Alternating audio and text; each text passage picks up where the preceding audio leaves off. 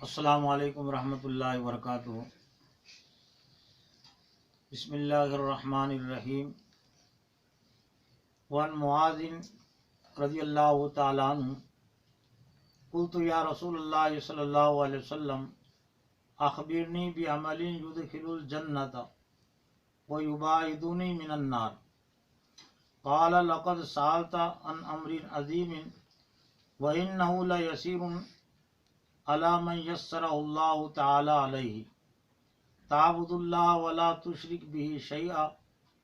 وتقیم الصلاۃ وتؤتی الزکاۃ وتصوم رمضان وتحج البیت ثم قال الا ادلک علی ابواب الخیر الصوم جنۃ والصدقۃ تطفئ الخطیئۃ کما یطفئ الماء النار وصلاۃ الرجل فی جوف اللیل ثم تلا تتجافى جنوبهم عن المضاجع حتى بلغ يعملون ثم قال الا ادلك براس الامر وعموده وذروة سنامه قلت بلى يا رسول الله صلى الله عليه وسلم قال راس الامر الاسلام وعموده الصلاة وذروة سنام الجهاد ثم قال الا اخبرك بملاك ذلك كله قلت بلا یا نبی اللہ فاخذ بلسانه فقال کف علیک هذا فقلت یا نبی اللہ وانا لمؤاخذون بما نتکلم به قال ثقلتك امك یا معاذ وهل يكب الناس في النار على وجوههم او على مناخرهم الا حصائد السنتهم رواہ مسند احمد والترمذی وابن ماجہ۔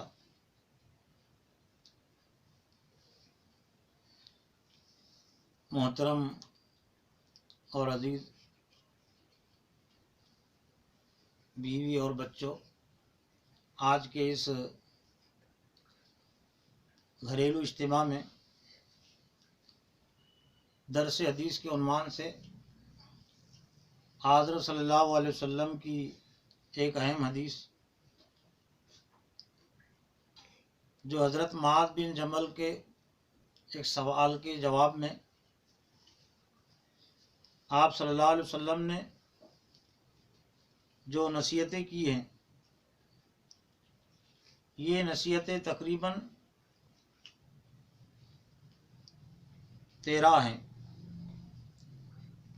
گویا کہ یہ ایک حدیث ہی نہیں ہے بلکہ ایک طرح سے کئی احادیث کا، کئی باتوں کا اس پہ مجموعہ ہے۔ حدیث کہتے ہیں بات کو، لیکن اس سے مراد ہے حضرت صلی اللہ علیہ وسلم کی بات، اور اس کی اہمیت اس لحاظ سے بھی بڑی ہوئی ہے کہ حضرت معاذ رضی اللہ تعالیٰ عنہ نے جو سوال کیا تھا وہ سوال بہت اہم ہے۔ سوال یہ کیا تھا حضرت معاذ نے، اللہ کے رسول مجھے کوئی ایسا عمل بتائیے جو مجھے جنت میں داخل کرے اور دوزخ سے دور کرے۔ تو ظاہر بات ہے ایک مومن کی یہ خواہش بھی ہوتی ہے اور کوشش بھی ہوتی ہے اور ہونا بھی چاہیے کہ اسے جنت میں داخلہ ملے اور وہ آگ سے بچا لیا جائے۔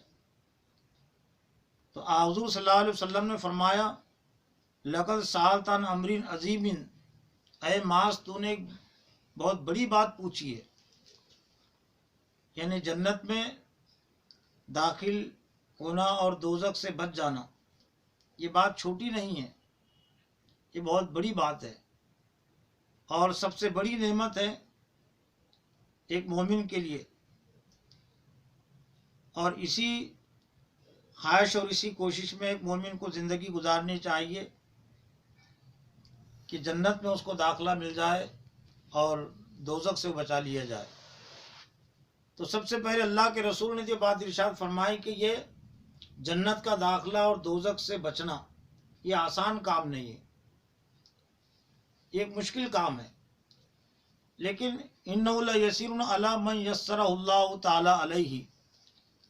لیکن یہ جنت کا داخلہ اور دوزخ سے بچا لیا جانا یہ اس شخص کے لیے آسان ہے جس کو اللہ تعالیٰ آسان کر دے، لیکن اللہ تعالیٰ اسی کی مدد و نصرت کرتا ہے جو اپنے اندر اللہ کے حکموں پر عمل کرنے کی طلب اور جستجو رکھتا ہے، جو اپنے اندر اللہ کی بندگی کی طلب اور جستجو نہ رکھے، جنت کی جس کے پاس اہمیت نہیں ہے، دوزخ سے بچنے کی اہمیت نہیں ہے، تو پھر اللہ اس کے لیے جنت کو آسان نہیں کرتا اور نہ دوزخ سے بچنے کو آسان کرتا ہے۔ لیکن جو چاہتا ہے کہ جنت اسے ملے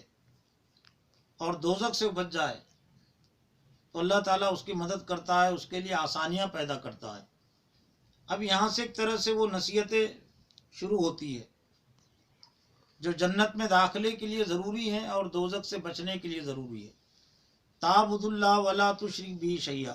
سب سے پہلی نصیحت اور سب سے پہلا عمل جو جنت میں داخلے کے لیے ضروری ہے اور دوزخ سے بچنے کے لیے ضروری ہے، اللہ کے رسول نے فرمایا کہ تو اللہ کی بندگی کر۔ لیکن یہاں ایک بات یہ بھی ہم پر واضح رہنی چاہیے، ہونی چاہیے کہ یہ نصیحتیں صرف حضرت معاذ ہی کے لیے نہیں ہیں خاص، بلکہ حضرت معاذ کے ذریعے سے پوری امت مسلمہ کے لیے، ہر مسلمان کے لیے نصیحتیں ہیں، اور یہ جتنے کام اس میں بیان کیے گئے ہیں وہ ہر مسلمان کے لیے ضروری ہے۔ تو سب سے پہلا عمل تعبد اللہ، اللہ کی بندگی، اللہ کی عبادت کرنا۔ عبد سے یہ لفظ بنا ہے عبادت کا، عبد کہتے غلام کو۔ جس دور میں حضور صلی اللہ علیہ وسلم اس دنیا میں تھے، جس دور میں قرآن مجید نازل ہوا، اس دور میں انسانوں کی دو قسمیں ہوتی تھی، ایک آزاد ہوتے تھے اور دوسرے غلام ہوتے تھے۔ جو غلام ہوتے تھے ان کا کوئی اور دوسرا مالک ہوتا تھا، وہ اپنی زندگی کے مالک نہیں ہوتے تھے، اپنی مرضی سے کھا نہیں سکتے تھے، اپنی مرضی سے سو نہیں سکتے تھے، یہاں تک کہ جو کچھ کماتے تھے وہ کمائی بھی ان کی نہیں ہوتی تھی، مالک کی کمائی ہوتی تھی۔ تو عربی میں ایسے لوگوں کو عبدن کہتے اور اس کی جمع عباد۔ تو اللہ نے انسانوں سے یہی تقاضا اور مطالبہ کیا کہ وہ اللہ کے بندے بنے، اللہ کے غلام بنے، اپنی مرضی کی زندگی کو وہ چھوڑ دے، بلکہ اللہ کی مرضی کی وہ زندگی گزارے، اللہ کو مالک سمجھے، اللہ کو حاکم سمجھے، اللہ کو فرما روا سمجھے، اللہ کو خالق سمجھے۔ تعبد اللہ کا لفظ بہت جامع اور بہت وسیع ہے، مختصر یہ کہ زندگی کے تمام معاملات میں اللہ ہی کے حکموں پر عمل کرنا اور اللہ کی نافرمانی سے بچنا، اس کو کہتے اللہ کی عبادت، اللہ کی بندگی۔ ولا تشرک بہ شیئا، اور دوسرا عمل وہ چھوڑنے سے متعلق ہے۔ یہ پہلا عمل تو کرنے سے متعلق ہے کہ اللہ کی ہم بندگی کریں زندگی کے ہر معاملے میں، اور دوسرا عمل جس سے بچنا ضروری ہے، لا تشرک بہ شیئا، اللہ کے ساتھ کسی کو شریک مت کرو، اللہ کے ساتھ کچھ بھی شرک مت کرو۔ شیئن کا جو لفظ ہوتا ہے وہ تھوڑے کے لیے بھی ہوتا ہے، یعنی اللہ کو ذرا بھی شرک پسند نہیں ہے۔ شرک کہتے اللہ کے نافرمانی کو، لیکن خاص طور سے اللہ کی ذات اور صفات میں کسی اور کو شریک قرار دینا، کسی اور کے سامنے جھکنا، کسی اور کے سامنے ادب و احترام کے ساتھ کھڑا ہونا، کسی اور کے سامنے جس طرح سے نماز میں قاعدے ہم بیٹھتے اس طرح سے بیٹھنا، رکوع کرنا، جھکنا، سجدہ کرنا، یہ سب کے سب شرک کے کام ہیں۔ کسی اور سے دعائیں مانگنا، اللہ کے علاوہ کسی اور سے ڈرنا، اور اللہ کے برابر کسی اور سے محبت کرنا، یہ بھی شرک ہے۔ اللہ سے سب سے زیادہ ڈرنا چاہیے اور اللہ سے سب سے زیادہ محبت کرنا چاہیے۔ اگر اللہ سے کوئی اتنا ڈرتا ہے جتنا اپنے والدین سے ڈرتا ہے، جتنا حکومت سے ڈرتا ہے، تو اس نے اللہ کی ذات میں شرک کیا۔ اللہ سے اسے اتنی محبت ہے جتنی محبت ماں باپ سے، بیوی بچوں سے، تو بھی اس نے شرک کیا، یعنی محبت میں اللہ کو شریک کر لیا۔ اللہ کی محبت کے تابع ہونا چاہیے تمام محبتیں،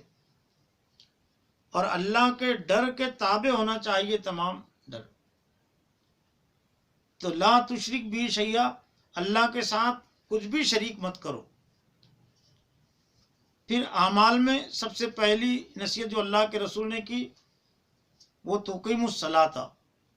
اور نماز قائم کرو۔ پہلی دو نصیحت ایک طرح سے عقیدے سے تعلق رکھتی ہے کہ بندگی صرف اللہ کے لیے، اور ہمارے دل میں شرک کا ذرہ برابر بھی عقیدہ نہ ہو، شرک سے بچنا۔ تقیم الصلاۃ، نماز کو قائم کرنا، نماز کی پابندی کرنا۔ جہاں کہیں بھی قرآن و حدیث میں نماز کا تذکرہ ہے تو اس سے مراد ہے دن اور رات کی 5 وقت کی نمازیں، وقت پر ادا کرنا۔ فجر کی نماز کو فجر کے وقت ادا کرنا، ظہر کی نماز کو ظہر کے وقت، عصر کی نماز کو عصر کے وقت، مغرب کی نماز کو مغرب کے وقت، اور عشاء کی نماز کو عشاء کے وقت۔ اور نماز کے قائم کرنے میں جماعت سے نماز پڑھنا بھی ہے۔ مردوں کے لیے تو واجب ہے مسجد میں پہنچ کر نماز پڑھنا، عورتوں پر اگرچہ ضروری نہیں لیکن عورتوں کے لیے بھی اجازت ہے کہ وہ بھی مسجد میں آ کر امام کے پیچھے نماز پڑھ سکتی ہے پردے کے ساتھ۔ اور نبی صلی اللہ علیہ وسلم کے دور میں، صحابہ اکرام کے دور میں، خواتین عورتیں بھی مسجد میں آتی تھیں، ان کے آنے جانے کا دروازہ الگ تھا، مردوں کے آنے جانے کا دروازہ الگ تھا۔ آج کے دور میں بھی اس پر عمل ہونا چاہیے، اور جب تک کہ مسجد کے دروازے عورتوں کے لیے، خواتین کے لیے نہیں کھلتے، تب تک مسلمانوں کی مکمل اصلاح ہو بھی نہیں سکتی۔ اور پھر نماز یہ صرف نماز ہی نہیں، یہ تعلیم و تربیت کا ذریعہ ہے۔ اور خاص طور سے جو مسجدیں ہیں، مسجدیں صرف نماز پڑھنے ہی کی جگہ نہیں ہیں، مسجدیں تعلیم و تربیت کی جگہ بھی ہے۔ اور جس طرح سے تعلیم و تربیت کی ضرورت مردوں کو ہے تو خواتین کو بھی تعلیم و تربیت کی ضرورت ہے۔ اور جہاں تک کہ گھروں میں نصیحت کی بات تو یہ تو ہونا ہی چاہیے، لیکن ہر گھر میں تعلیم و تربیت کا ماحول اور موقع نہیں رہتا۔ اس لیے اسلام نے عورتوں کے لیے بھی مساجد کے دروازے کھلے رکھے ہیں، اور امت سے متعلق بھی ایک طرح سے یہ ہدایتیں ہیں اللہ کے رسول کی۔ اور اللہ کے رسول نے فرمایا کہ تم مسجد میں آنے والی عورتوں کو منع مت کرو۔ تو نماز کی پابندی میں، نماز کی اقامت میں، نماز میں جو چیزیں پڑھی جاتی ہیں، نماز میں جو چیزیں سنی جاتی ہیں اللہ کے ذکر کے حوالے سے، قرآن کی تلاوت کے حوالے سے، اس کو سمجھنا ہی، اس پر عمل کرنا بھی ہے۔ تو تقیم الصلاۃ، نماز کو قائم کرو کا مفہوم مطلب اپنے ذہن اور دماغ میں وہ چیزیں قائم کرو جو ہم نماز میں پڑھتے ہیں۔ اور نماز میں سب سے زیادہ پڑھی جانے والی جو بات ہے وہ اللہ کی کبریائی، اللہ اکبر، اللہ سب سے بڑا ہے۔ اللہ سب سے بڑا ہے کہ مطلب اللہ کا حکم سب سے بڑا ہے۔ یہ اذان کی بھی دعوت ہے اور نماز کی بھی دعوت ہے۔ جب تک کہ اللہ کی بڑائی ہمارے ذہن اور دماغ پر قائم نہیں ہوتی تو نماز ایک طرح سے ہم نے قائم نہیں کی۔ وہ توتی زکوٰۃ، اور اس کے بعد کی جو نصیحت ہے، چوتھے نمبر کی نصیحت، زکوٰۃ کو ادا کرنا۔ اگرچہ یہ مالداروں پر ہے، سال میں ایک مرتبہ مال میں زکوٰۃ کی ادائیگی ضروری ہے۔ جو صاحب نصاب ہو، 52.5 تولہ چاندی یا اس کی قیمت کسی کے پاس ہے، آج کے دور میں تقریباً 25,000 روپئے وہ نصاب کی مقدار ہوتی ہے۔ آج کے دور میں اگر کسی کے پاس 25,000 روپئے ہیں یا اس کے بقدر اور چیز ہے تو اس پر زکوٰۃ فرض ہے۔ زکوٰۃ میں 2.5% رقم دی جاتی ہے۔ 2.5% کا مطلب ہوتا 4,000 پر 100 روپئے، اور 1,00,000 روپئے پر 2,500 روپئے، اس کو کہتے 2.5%۔ وہ صدقۃ، اس کے بعد جو اس کے 5ویں نمبر کی نصیحت، وہ تصوم رمضان، اور یہ کہ تو رمضان کے روزے رکھ۔ رمضان کا جو مہینہ آتا ہے تو اس کے روزے فرض ہے ہر مسلمان پر۔ وہ تحج البیت، اور یہ کہ تو بیت اللہ کا حج کر، خانہ کعبہ کا حج کرنا، یہ بھی فرض ہے۔ لیکن ان استطاع الیہ سبیلا، جو وہاں تک جانے کی استطاعت اور طاقت رکھتا ہے۔ حج تمام مسلمانوں پر نہیں ہے، ان مسلمانوں پر فرض ہے جن کے پاس روپیے پیسے زیادہ، جن کے پاس صحت تندرستی بھی ہے تو ان پر فرض ہے، اور اگر روپیے پیسے ہیں لیکن وہ نہیں جا سکتے تو پھر کسی اور کو اپنی طرف سے بھیجے، اس کو حج بدل کہتے ہیں۔ اسی طرح سے زکوٰۃ یہ بھی صرف مالداروں پر فرض ہے، غریبوں پر، جس کے پاس نصاب کے بقدر مال نہیں اس پر زکوٰۃ نہیں ہے، لیکن نماز کی ادائیگی اور روزوں کی ادائیگی یہ ہر ایک پر فرض ہے، مالدار مسلمانوں پر بھی اور غریب مسلمانوں پر بھی۔ پھر نبی صلی اللہ علیہ وسلم نے فرمایا کہ الا ادلک علی ابواب الخیر، کیا میں تجھے خیر کے دروازوں اور خیر کی بہت ساری باتوں کو نہ بتلاؤں کہ جس سے بہت ساری خیر کی باتیں وجود میں آتی ہے،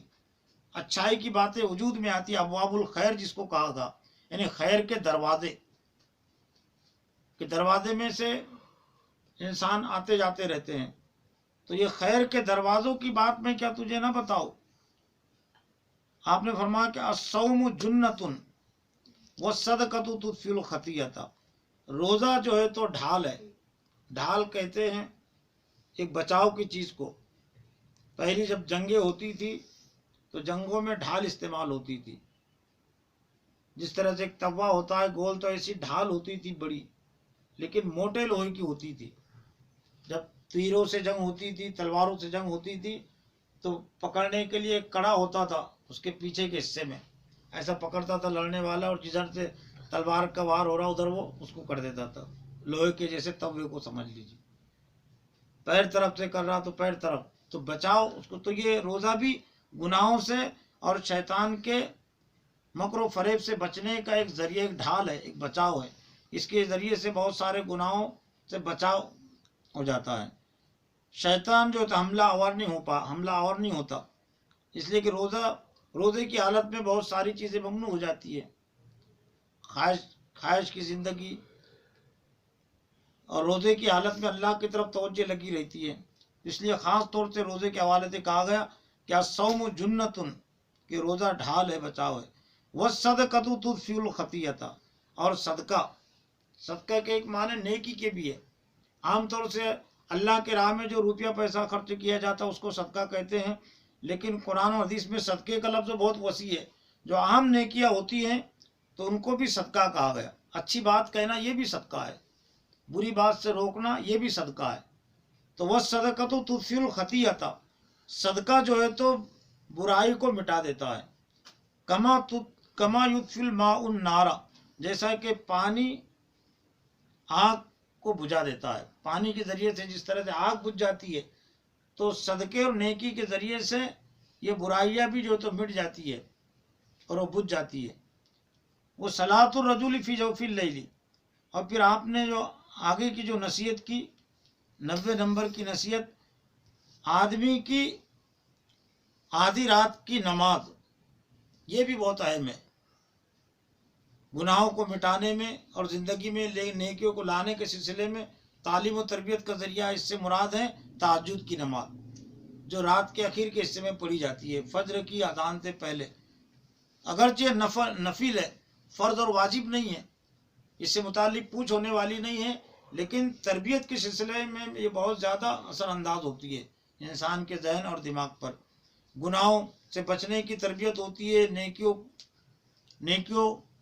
پر آمادگی ہوتی ہے، اور خاص طور سے اس تہجد کے وقت میں جو کچھ قرآن مجید پڑھا جاتا ہے، سنا جاتا ہے، اس کا دل پر بہت زیادہ گہرا اثر پڑتا ہے۔ آپ نے اس کے ثبوت میں قرآن مجید کی ایک آیت تلاوت کی جو سورہ سجدہ کی آیت ہے 16-17، تتجافى جنوبهم عن المضاجع يدعون ربهم خوفا وطمعا ومما رزقناهم ينفقون فلا تعلم نفس ما اخفي لهم من قرة اعين جزاء بما كانوا يعملون۔ ان کے پہلو بستروں سے الگ رہتے ہیں، یعنی تہجد کے وقت ان کے جو بازو پہلو اس کو کہتے ہیں، ان کے بازو بستروں سے الگ رہتے ہیں۔ یہ نیک بندوں کے اوصاف اور صفات ہے، وہ اپنے رب کو خوف اور طمع سے پکارتے ہیں، اپنے رب کو ڈر کر پکارتے ہیں، اور جنت کی امید میں اللہ ہم کو معاف کرے گا اس حیثیت سے پکارتے ہیں، اور جو کچھ ہم نے انہیں دیا ہے اس میں سے خرچ کرتے ہیں۔ کوئی نہیں جانتا اسے جو آنکھوں کی ٹھنڈک ان کے لیے پوشیدہ رکھی گئی ہے جنت میں، جو نعمتیں اللہ تعالیٰ نے رکھی گئی ہے جس سے آنکھوں کی ٹھنڈک ہوں گی تو کوئی نہیں جانتا۔ ان کے کاموں کے سلے میں جو کرتے تھے، ان آیتوں سے نماز تہجد کی فضیلت و اہمیت بخوبی ظاہر ہوتی ہے۔ اس لیے آپ صلی اللہ علیہ وسلم نے اپنی بات کی تائید میں ان آیتوں کی تلاوت فرمائی۔ پھر اس کے بعد اللہ کے وسلم نے فرمایا، حضرت معاذ کو مخاطب کر کے ایک طرح سے سوال کر کے، ثم قال الا ادلک براس الامر وعمودہ وذروۃ صنامہ، کہ اے معاذ کیا میں تجھے، امر کہتے ہیں معاملے کو، یعنی تمام امور کا جو سرا ہے، تمام امور کی جو جڑ ہے اور اس کی جو بنیاد ہے، اس کا جو ستون ہے اور اس کی جو بلندی ہے وہ کیا ہے؟ قلت بلا یا رسول اللہ، تو حضرت معاذ کہتے ہیں کہ میں نے کہا اللہ کے رسول کیوں نہیں، ضرور بتائے۔ آپ نے فرمایا راس الامر الاسلام، کاموں کی اور معاملات کا جو اصل سر ہے وہ ہے اسلام۔ سر کی حیثیت جو انسان کے جسم میں ہے سب پر واضح ہے، سر اگر اس کا الگ ہو گیا تو اس کی موت ہو جاتی ہے، یہ دھڑ کے ذریعے سے کوئی کام نہیں ہو سکتا۔ تو جتنے بھی امور، جتنے بھی کام ہیں تو اس کے لیے اسلام ضروری ہے۔ دین اسلام کی رہنمائی میں اگر کام انجام دیے جائیں گے تو تب وہ کام صحیح ہوں گے، اور اسلام کو چھوڑ کر، دین اسلام کو نظر انداز کر کے اگر کام انجام دیے جائیں گے گویا کہ وہ کام بے جان ہوں گے۔ وہ عمود والصلاۃ، اور یہ معاملات کی جو جڑ اور بنیاد ہے، اس کا جو ستون ہے، اسلام کا ستون بھی ہم کہہ سکتے ہیں، وہ عمود الصلاۃ، اور اس کا جو اسلام کا جو ستون ہے، ستون یہ کالم کو کہتے ہیں جو عمارت بننے کے لیے، مضبوطی کے لیے جو کھڑے کیے جاتے ہیں، اور کالم اگر مضبوط ہے تو عمارت مضبوط ہوتی ہے، کالم اگر کمزور ہے تو عمارت بھی کمزور ہوتی ہے۔ تو نماز کو عمود کہا گیا۔ الصلاۃ عماد الدین کے الفاظ بھی حدیث میں کہ نماز دین کا ستون ہے۔ نماز کا تذکرہ اس سے پہلے بھی آ گیا تھا، لیکن نماز کا تذکرہ دوسری نصیحت میں ستون کی حیثیت سے آیا، گویا کہ نماز بہت اہم عمل ہے۔ روزے کا تذکرہ بھی دو نصیحتوں میں دو مرتبہ آیا، ایک تو فرض کی حیثیت میں اور دوسرے الصوم جنت کی حیثیت سے کہ روزہ ڈال ہے۔ وہ ذروۃ صنامی الجہاد، اور اسلام کی جو بلندی ہے یا امت مسلمہ کی جو بلندی ہے، سر بلندی، عزت، سر خروئی، وہ جہاد میں ہے۔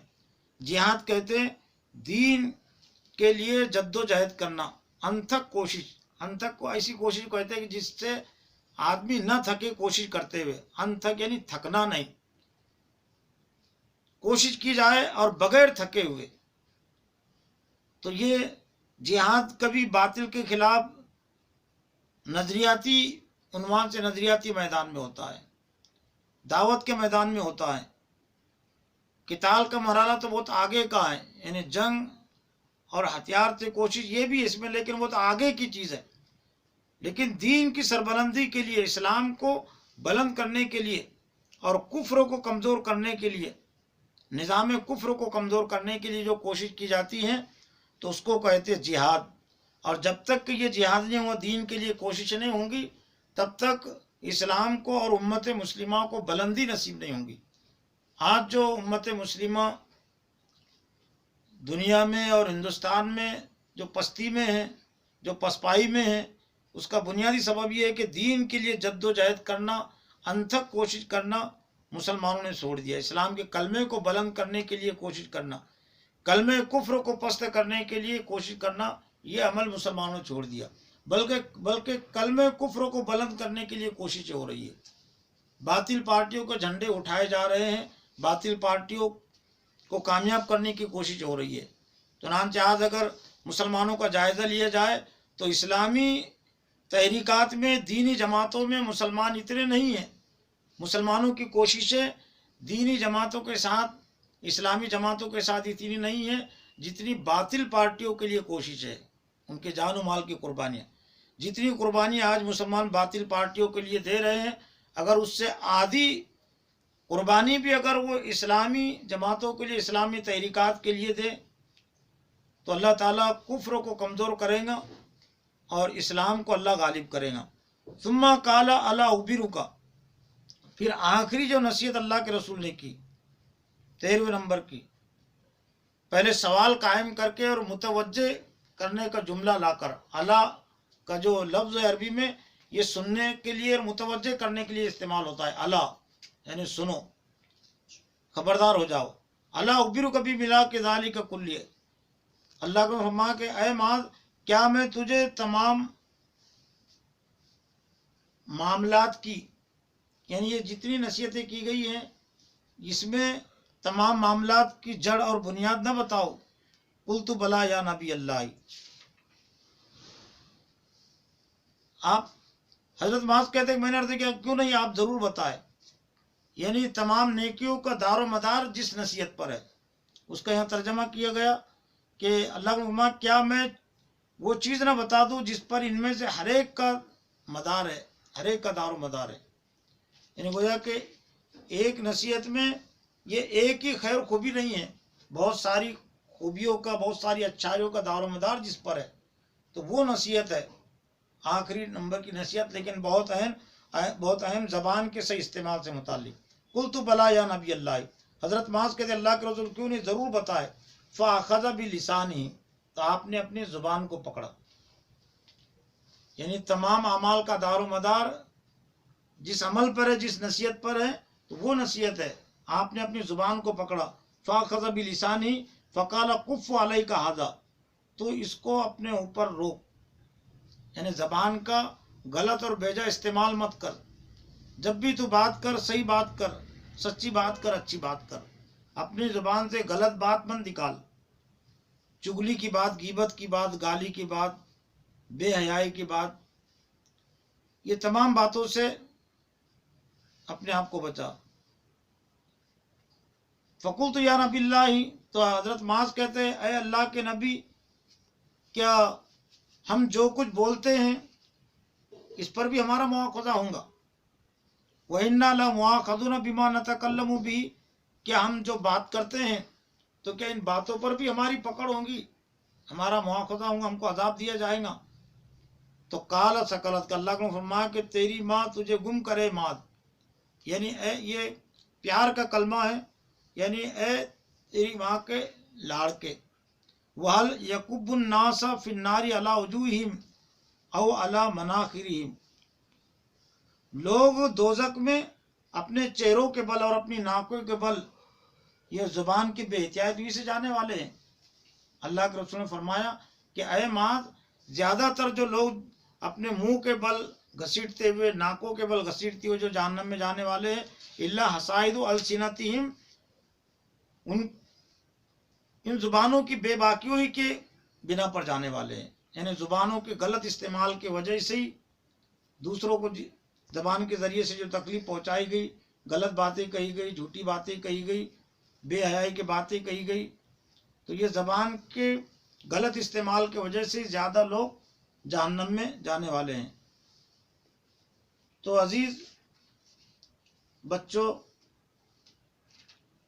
ہمیں کوشش کرنی چاہیے کہ نبی صلی اللہ علیہ وسلم نے یہ جو نصیحتیں کی ہیں، ان نصیحتوں کو ہم یاد رکھیں اور ان پر ہم عمل کرتے رہیں۔ اللہ سے دعا ہے کہ اللہ تعالیٰ مجھے بھی اور آپ کو بھی ان نصیحتوں پر مزید غور و فکر کرنے اور جن باتوں کا حکم دیا گیا ہے ان پر عمل کرنے اور جن باتوں سے منع کیا ان سے بچنے کی توفیق عطا فرمائے۔ ربنا تقبل منا انک انت السمیع العلیم وتب علینا انک انت التواب الرحیم برحمتک۔